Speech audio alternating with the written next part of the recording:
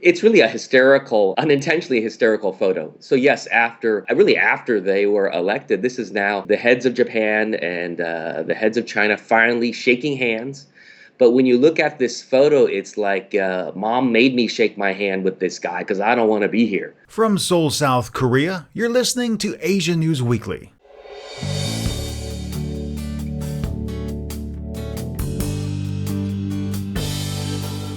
The highlights from APEC. Does releasing Kenneth and Matthew Miller improve North Korea's human rights image?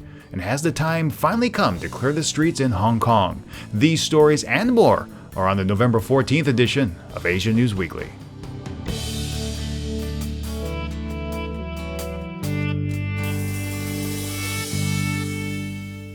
Welcome everyone to this week's podcast. I'm your host, Steve Miller, and I'd like to thank you for listening and downloading this week's show. For the past week, the entire world has been focused on Beijing, as some of the most influential men and women have been meeting there for the Asia-Pacific Economic Cooperation, or APEC Summit. It's one of the last such meetings of the years for these leaders, and as expected, some major announcements and handshakes were made. Returning to the podcast is Curtis S. Chin, the Inaugural Asia Fellow with the Milken Institute, to put things into context. Curtis, welcome back to the podcast. Hey, great to be back. It's always great sharing some thoughts on Asia and the ever-changing role of China in Asia in particular, but good to be back on the podcast. Yeah, so let's kick things off. APEC's finishing up, and there's been a lot of developments there. So let's kick things off with a look at some of the agreements that were hammered out. And first thing that comes to mind is the gas deal with Russia for China. Well, what's interesting when you talk about APEC, it's a grand show. Actually, there's a very prominent dissident, Hu Jia, who commented in Chinese that it's kind of like the Olympics. It's a great show. But let's look beyond the fancy dress and the terrific celebration as to what's actually happening. And as you know, there was a big gas deal between Russia and China, not the first. But I think with all these deals, they show that these summits are more about what happens on the sidelines. And so there indeed was a deal between Russia and China, certainly as reported. I haven't seen the details. But for me, when I look at that deal, or there was also the announcement on the sidelines of a Korea-China free trade agreement, all of this shows that, summits also are important because they bring people together. It drives the bureaucrats to get something done so that the leaders can say, well, look what happened. But the reality, all of this was hammered out before these big summits happened. As to the specific question about Russia and China and the gas deal, the reality is that China is in the more powerful position, not just in that relationship right now, but in other relationships around the region. So China is driving a hard bargain. So, no one can predict, of course, or we all be billionaires as to how energy prices will go. But when I read some of the analysis of the deals between Russia and China, clearly China seems to have gotten the upper hand in that deal. Well, speaking of upper hands, as you mentioned, there was a South Korea-China free trade agreement that was hammered out. It's been a long time in the works, and the actual ink is going to be signed next year.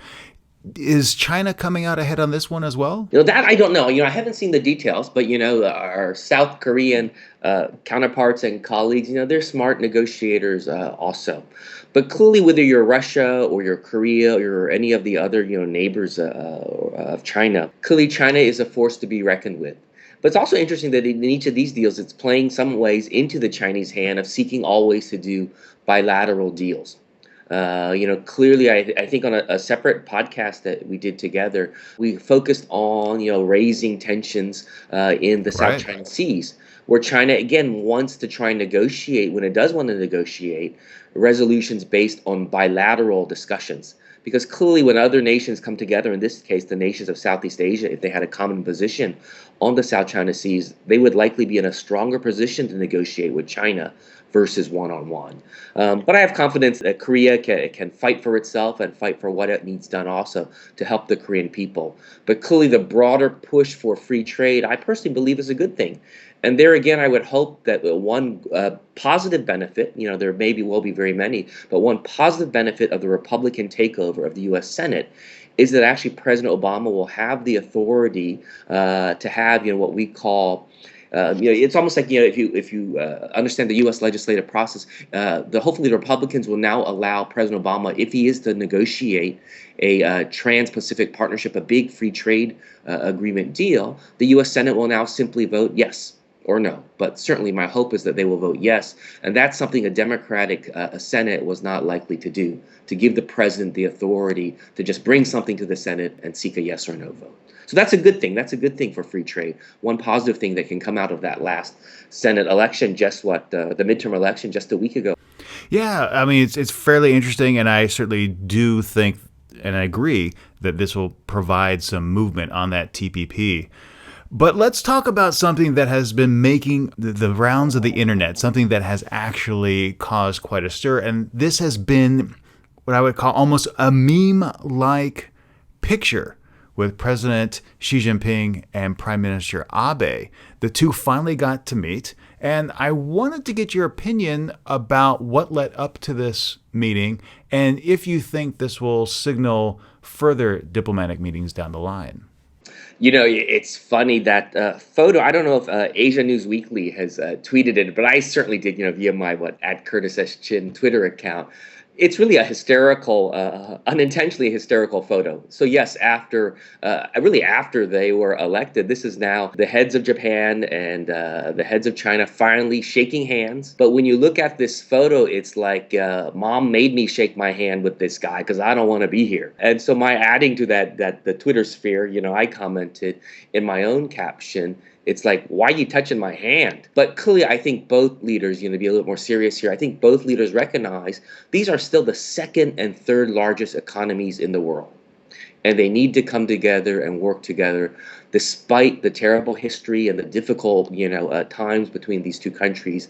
They need to come together for the betterment of both their countries, but also for the betterment of the Asia and Pacific region. So I'm sure the bureaucrats behind the scenes have been slowly working to bring these two leaders together. And again, that's what, what's great also about these summits. A lot of people, sometimes me too, are a little bit dismissive of these summits as just grand shows. But again, it's what happens on the sidelines that are important, what happens in the working committees that are important.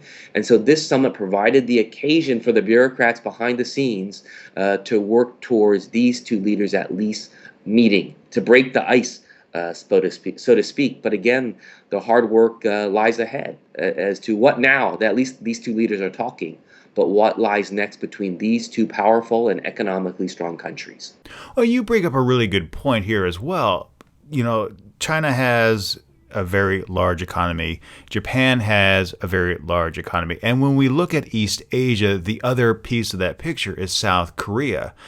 Now Abe has secured at least a very short face-to-face with President Xi Jinping. And while Prime Minister Abe has certainly had that shaking of the hands with President Park in South Korea, do you think that this will put any pressure on President Park to have a more substantive meeting with Prime Minister Abe?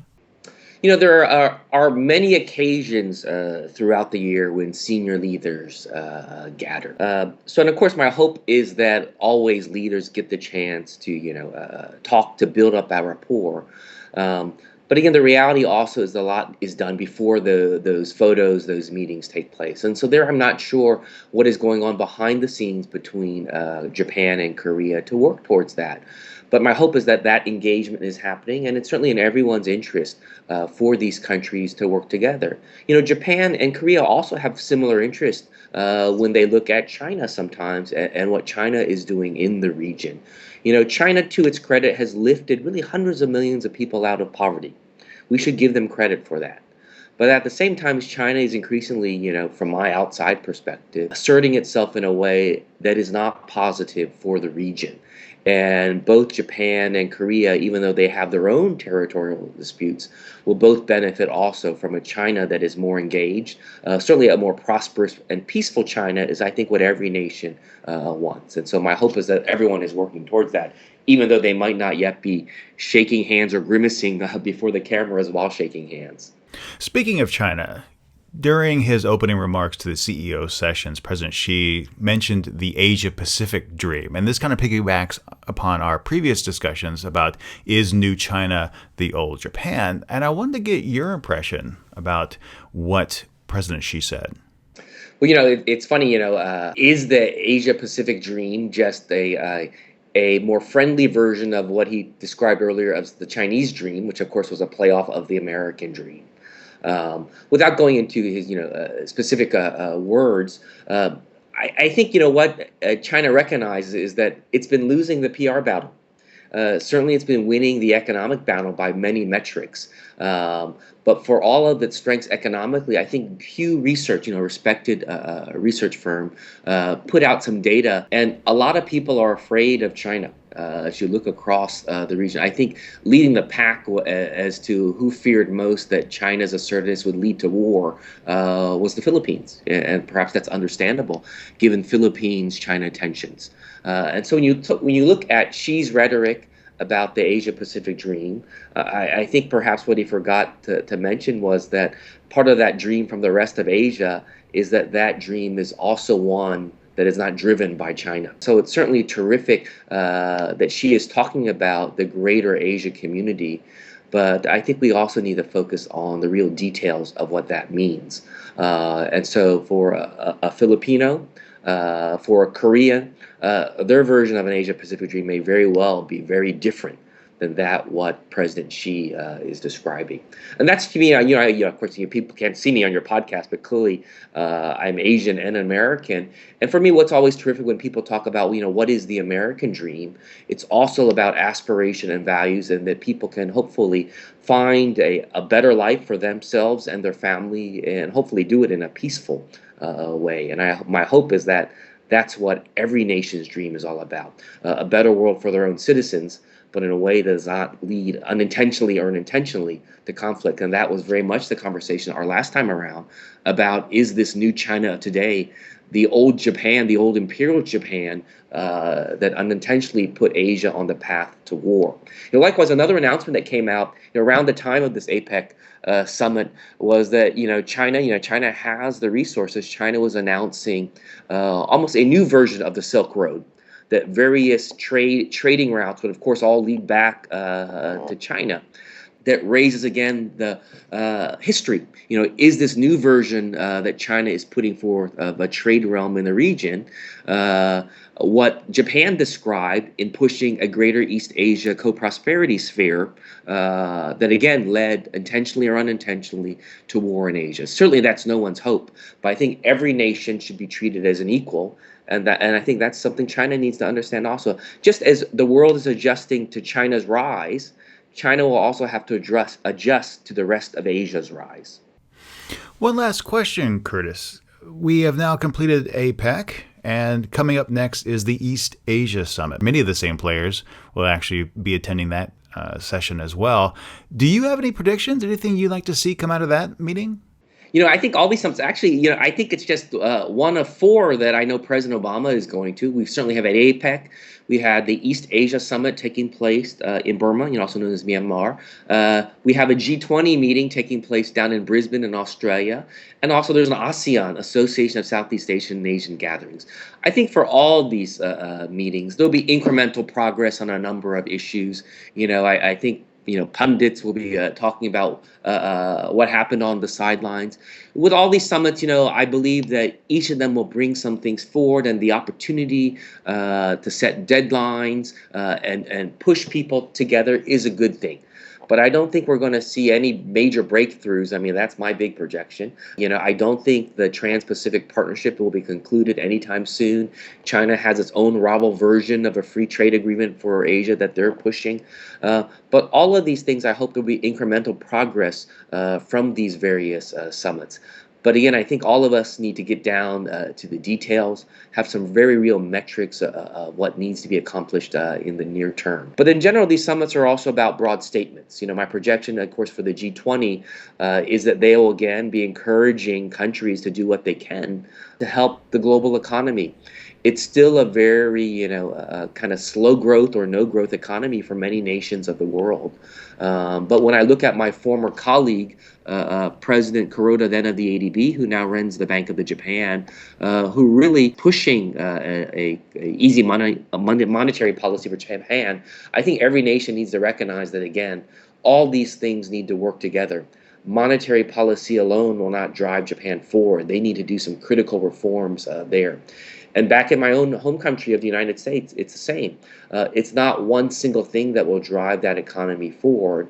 It's a lot of things that need to be done to ensure that businesses can succeed, that businesses can create jobs. And there, my hope is that a Republican-controlled Senate, a Republican-controlled Congress, will not be obstructionist, but will come together with a Democratic president to move the U.S. forward, because I think a strong America is also to the benefit of a strong Asia also. Curtis S. Chin is the Inaugural Asia Fellow with the Milken Institute. Curtis, thank you so much for joining me this week.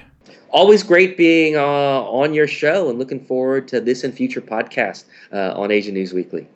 As Curtis mentioned, there are a number of other high-profile meetings set to take place, and currently the ASEAN and East Asia Summit are underway. The focus of those meetings may be on how to address issues in the South China Sea. Information Minister Ye Hyut explains.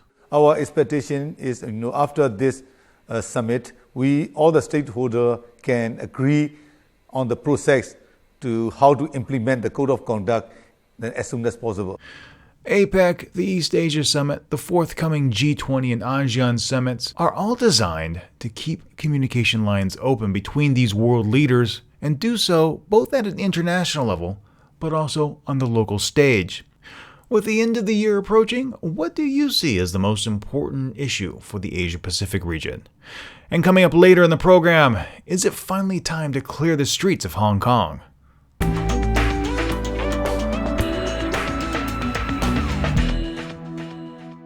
Over the weekend, North Korea unexpectedly released Americans Kenneth Bae and Matthew Miller.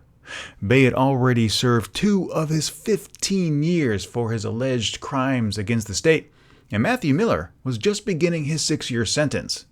It's unclear what led to their release, but it's undoubtedly related to the closed-door negotiations which culminated in the highest-level visit yet to North Korea, and that was made by U.S. Director of Intelligence James Clapper. He flew to North Korea, but it's unclear under what conditions, who he spoke to, and what bargain North Korea was trying to make. A statement from Clapper's office read, "We can confirm that U.S. citizens Kenneth Bae and Matthew Todd Miller have been allowed to depart the DPRK and are on their way home, accompanied by D&I Clapper, to rejoin their families. We welcome the DPRK's decision to release both Mr. Bae and Mr. Miller. We want to thank our international partners, especially our protecting power, the government of Sweden, for their tireless efforts to help secure their release." Kenneth Bae spoke about the support and the efforts of those who worked towards his release. So I just want to say thank you all for supporting me, lifting me up, and not forgetting me. At the same time, that also not forgetting the people of North Korea. And thank you for supporting my family as well. During this has been a tremendously difficult time for my family. And then there are so many people who's been supporting them to stand strong during this time.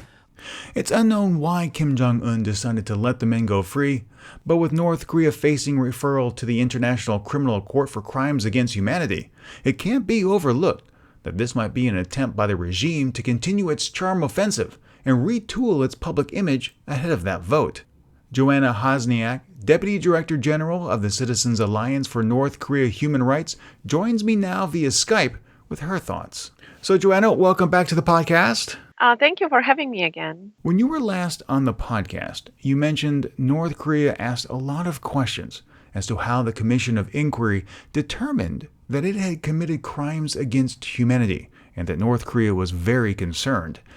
I wanted to get your opinion on this. Do you think that the release of Miller and Bae is in some way an attempt to get their image changed? Yes, I think it's a kind of a North Korea game, a further developments that we already observed with the so-called engagement and charm offensive in the last few weeks.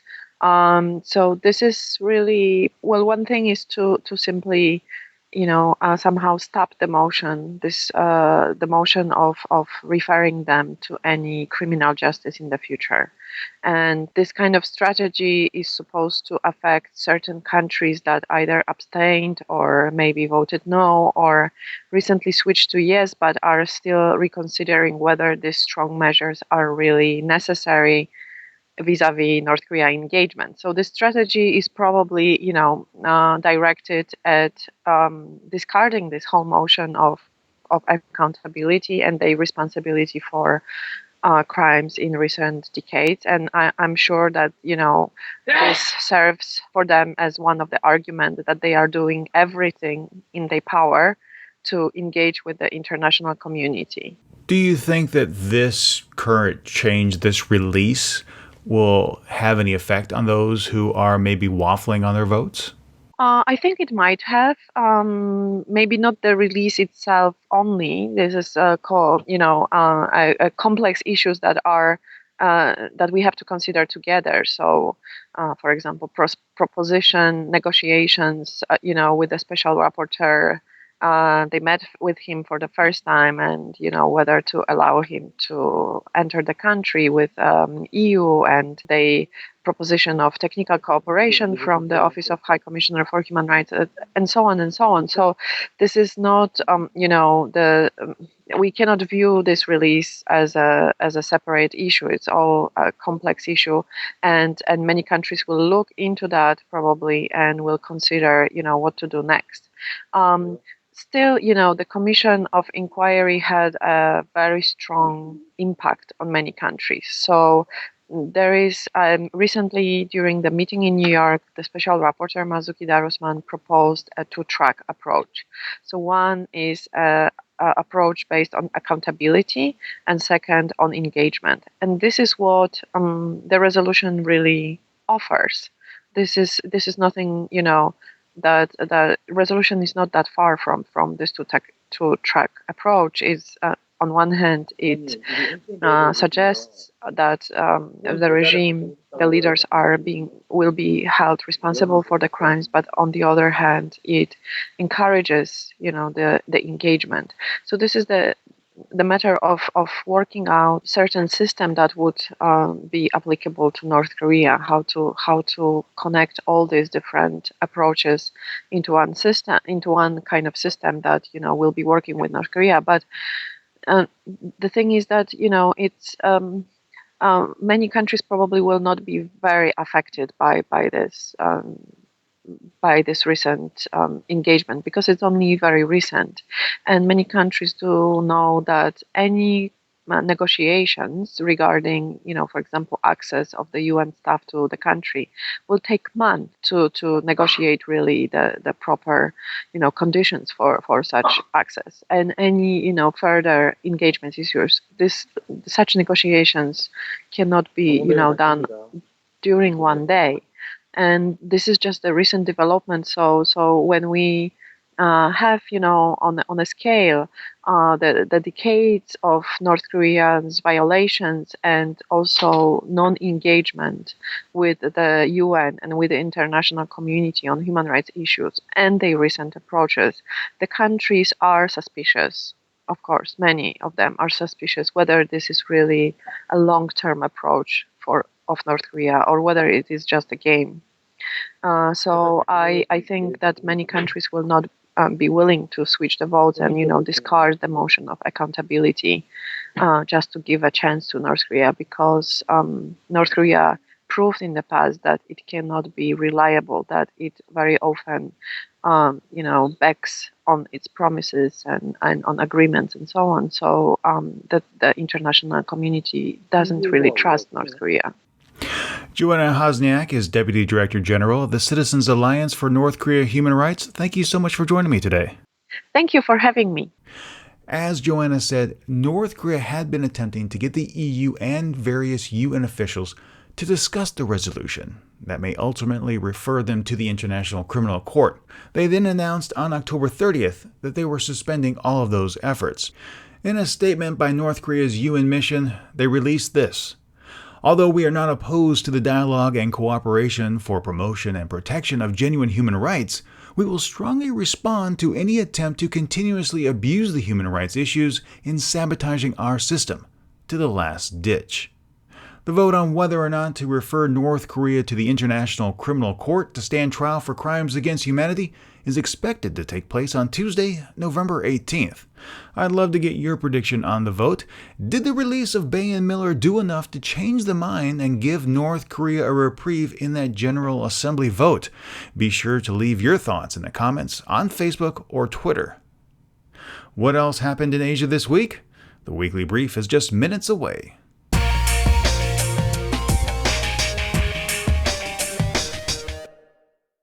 As Hong Kong authorities are poised to take definitive efforts and clear the streets, student protesters are looking to carry out what can only be classified as a Hail Mary pass and are organizing a plan to occupy the streets surrounding the city's British consulate. They're doing this to express anger at the lack of support the United Kingdom has shown during the Occupy movement. Anna Kate Choi, the coordinator of the Occupy British Consulate Group, said, quote, "We are angry at the way the British government has for many years denied that China has actually breached the declaration by interfering with Hong Kong politics. They have the responsibility to make sure the joint declaration has been implemented properly and that democracy and the high degree of autonomy of Hong Kong has been protected." End quote. Choi makes a valid point, but London is also in a very tough position because it has no authority to act in Hong Kong. Furthermore, China has expressed concern and alleged foreign involvement during these protests, and any direct action by the United Kingdom could actually escalate matters. Prime Minister David Cameron said he was deeply concerned about the protests in the former British colony, especially after police used tear gas. Since the pro-democracy protesters took to the streets in September, we've seen their numbers fluctuate from hundreds to tens of thousands. The Hong Kong High Court, which had previously issued injunctions and ordered protesters to leave key areas, authorized bailiffs and as many as 7,000 police officers to forcibly remove those refusing to vacate the streets. The city's chief secretary, Carrie Lam, said there was currently no room for negotiations between the authorities and the protesters, urging them to move out of rally sites. Quote, "The police will stay in touch with the court order applicants and the bailiffs. We are making plans for actions that need to be taken. I believe that soon, police will get in touch with the relevant parties to make such preparations." End quote. According to the city's chief executive, C.Y. Leung, no announcement would be made prior to action taking place. We cannot make public any police operation, any road clearance operation on the part of the police force. As a result of the Occupy Central campaign, like all police operations, will not be announced beforehand. "I'm only afraid of police taking violent action. If the bailiffs seek help from the police, I will walk away to avoid being hurt. I don't think it's worth being arrested," said one protester. It's a very valid concern. For over the past 2 months, we've seen pepper spray and tear gas used repeatedly, not to mention reports and videos of police brutality. A student named Janet told reporters, quote, "If any one of them is being arrested, I will step up and say I am one of them. I guess many people will do the same thing. So if a bunch of people come out to say we are of the same group, it will be difficult for the government to handle." End quote. Beijing and the Hong Kong government have repeatedly called these protests illegal. And now with all talks canceled and the threat of police action, the time has come to formulate a new plan. Simply waiting out on the streets in the hopes of Beijing changing their minds was never going to work, and organizers are now facing that reality. According to the South China Morning Post, Occupy Central co-founders are planning on turning themselves into police next week. Quote, "We don't want to surrender before Monday, when the Hong Kong-Shanghai stocks through train officially kicks off, as the last thing we want to do is give Chief Executive Leung Chun-ying a chance to show Beijing that he can resume social order, as he promised President Xi Jinping," according to the South China Morning Post's unnamed source. Lester Shum, with the Federation of Students, had some reservations on whether or not the movement could last out on the streets until Monday, noting police had already begun planning on how they would go about clearing the sites. He said he'd rather be arrested than surrender. "It's a very noble gesture, but one that may not serve the best interest of the cause. From the beginning, I've said the protesters were naive to believe they could sway Beijing's mind so easily.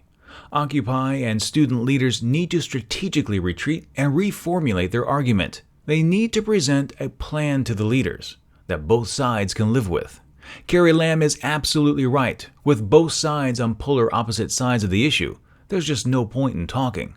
Both sides will just walk away from that discussion table feeling as if they've been bashing their heads against the wall. Here's the reality of the situation. Nothing is going to change before 2017. The two sides need to find a way to meet somewhere in the middle. While Beijing might not like it, probably the best way to reach an agreement and end this stalemate, and more importantly move beyond it, is to allow at least one candidate on the ballot by open nomination. Think of it as a primary for the post. Beijing gets to select their candidates, and the city gets to hold a series of primaries to get, quote, one of their own on the ballot. It isn't a perfect solution, and probably one neither side will want to settle on, but it might be a solution, and that is what is needed. A solution. Protests asking for change and heavy-handed tactics won't resolve anything. Action plans do. Don't miss our Asia Now podcast, released every Wednesday. It features stories and interviews from the Asia-Pacific region. This week on the podcast, I spoke with Michael Chuchek about why Japanese lawmakers visit the controversial Yasukuni Shrine. If you're interested in East Asian relations, this conversation will certainly be of interest to you.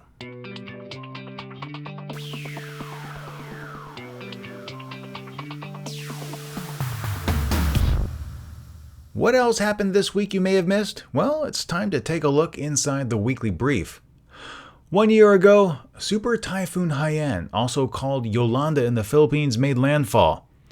It was the strongest recorded storm to hit the nation and devastated Tacloban, nearly wiping it off the face of the earth.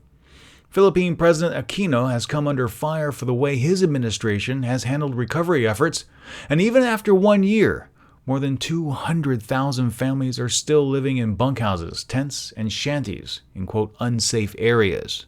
For the survivors, the terror still continues. Christita Batica says, quote, I really don't know what to do. I panic. I cannot sleep. I ask my children and grandchildren to pack up our things and evacuate to a safe place. End quote. The governor of Japan's Kagoshima Prefecture, Yuichiro Ito, gave his approval to restart 2 nuclear reactors. It was the final hurdle that needed to be cleared before the plant could be restarted, and is most likely to be slated for early next year.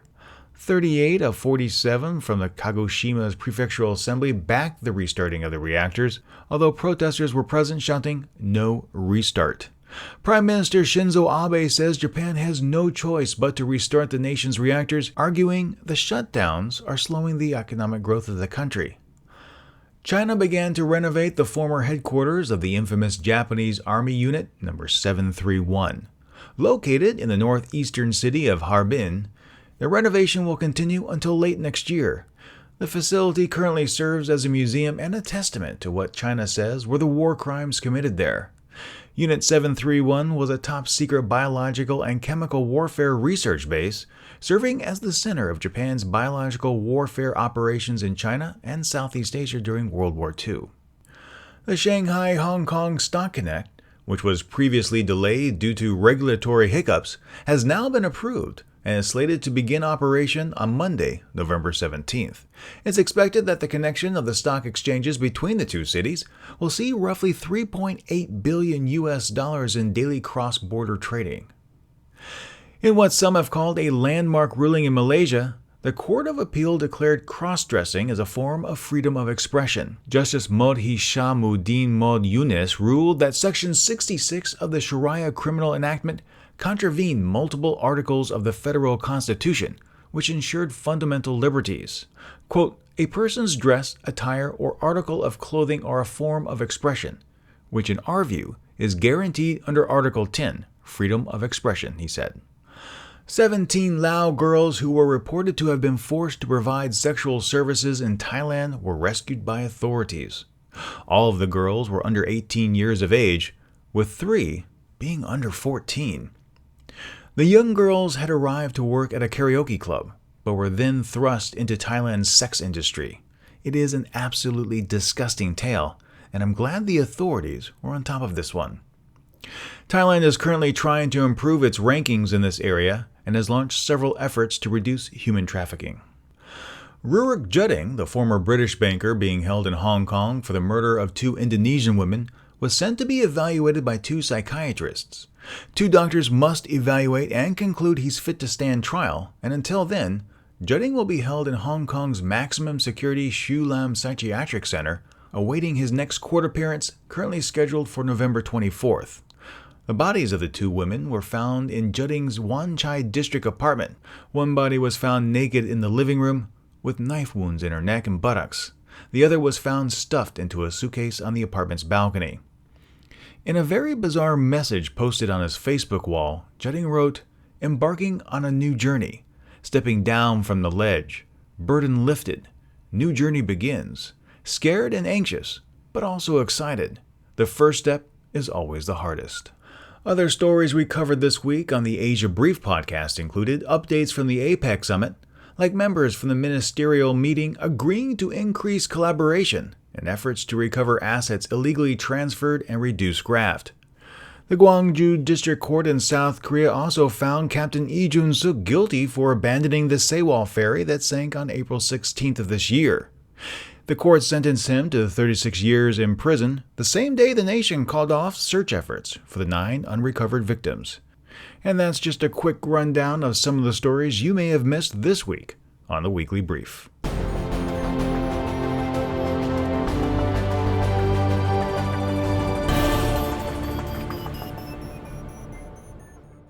Those are all the stories for this week's show, and before we wrap things up, let's take a look at some of your comments. Earlier in the week, I sent out this tweet. South Koreans get fewest vacation days, less than 9, and 60% say they can't even use the ones they have. Jason Allenberg replied, "Certainly. Taking vacation means you're not diligent. Koreans also take no sick leave, only half days off for emergencies." Kenny Dunlap added, "Koreans get fewest vacation days and are some of the least productive and efficient during all the hours they work. It's not because they are lazy either." I also shared an amazing story about how scientists were able to engineer transparent mice in order to see how organs develop. Longtime Asian News Weekly listener Dimitri Perry was thrilled to see that message, since unbeknownst to me, he actually worked on that project. Over the weekend, I released a special podcast available on our website and through the network or all podcast feed. It was picked up by the independent Korea Observer News website. It was a story about Katie Mulrennan, who was told by a school she couldn't get a job she was applying for because the school does not hire Irish people due to the alcoholism nature of, quote, your kind. The comment section of that web post quickly blew up, with many noting South Korea doesn't have any discrimination laws. Christopher Merritt also added, employers and human resource departments who hire foreigners really need to do some reflection and introspection of their own drinking culture and compare that to their own. The results will surprise them and find out that there is really no difference. In that special podcast, I did note that while we do see discrimination cases like this in South Korea from time to time, it's the action of a small number of people and do not generally reflect the nation as a whole. Thank you again, everyone who took the time to either tweet to me or write comments on our podcast pages.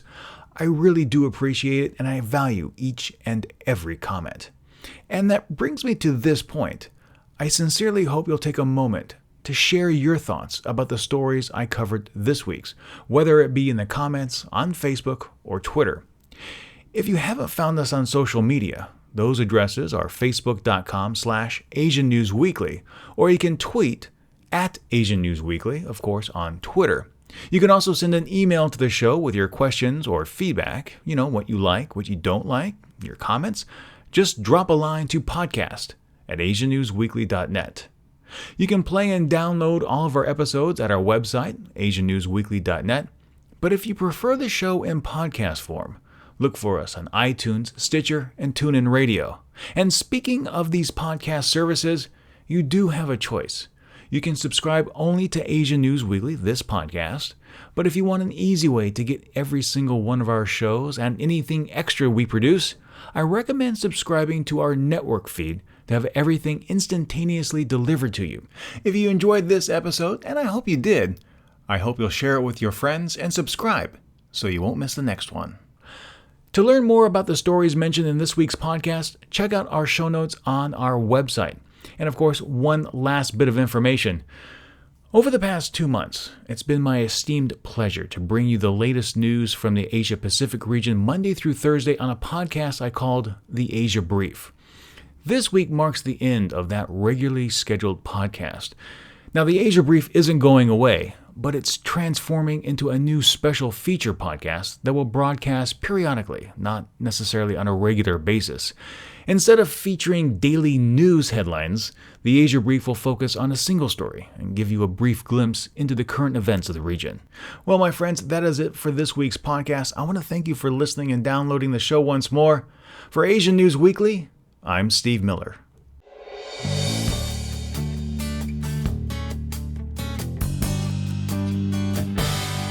Asian News Weekly is licensed under a Creative Commons Attribution 4.0 international license.